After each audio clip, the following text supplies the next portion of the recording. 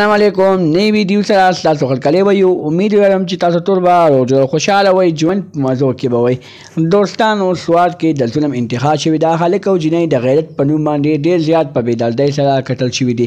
په کومه طریقه قتل شوي دي چا قتل کړي دوستانو هغې دوی داسې کوم غلط کارونه کړي وو چې د غیرت په نوم باندې ډېر زیات په بېدردۍ سره قتل شول ټول معلومات در سره په دې ویډیو کې شریکوم زموږ د ویډیو خامخا وګورئ چې پوره معلوماتونه ځان خبر کړئ د نورو معلوماتي ویډیوګانو لپاره زموږ چینل سبسکرایب کړئ ته د نشان څخه مخه وخی چې زموږ هر یوه نوې معلوماتي ویډیو تاسو ته په اسانۍ سره میلاویږي د ظلم انتها شوې ده ډېره زیاته افسوسناکه دردناکه واقعه سوات خوا داخلو کې رامخې ته شوې ده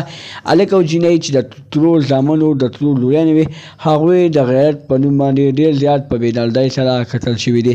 چا بل چا نه دي قتل کړی بلکې خپل د ترور زوی ډېر زیات په بېدردۍ سره قتل کړل او بیا یې هغه قتل لا د غیرت نوم ورکړو دوستانو دوی دواړه کویدن شوي وو کویدنې شوې وه خو چې دوی دواړو کله ملاقات شروع کو او هغه ملاقات د ده د ترور زوی ته ډېر زیات بد ولګېدو او دوی دواړه کله په هغه ملاقات باندې ګیر کړل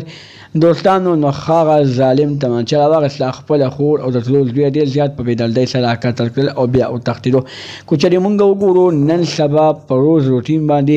داسې قسمه واقعې ډېرې رامخې ته کېږي خو دوستانو د داسې قسمې واقعې روکتام نه کېږي د داسې قسمه واقعو روکتام به څوک کوي موت ته به یې کوو چې موت ته راپاسو اتفاق جوړ کړو اتحاد جوړ کړو دوستانو چې کله داسې قسمه واقعې رامخې ته کېږي د هغې نه مخکې څه نه څه نشانې رامخې ته کېږي چې هغه نشانو باندې موږ پلده واچوو او هغه پلده دې حد ته ورسي چې د دوو انسانانو زندګي پکې بچ شي د نور معلوماتي ویډیوګانو لپاره زموږ چینل سبسکرایب کړئ د نشان څخه مخه ووهئ چې زموږ هر یوه نوې معلوماتي ویډیو تاسو ته په اسانۍ سره میلاویږي والسلام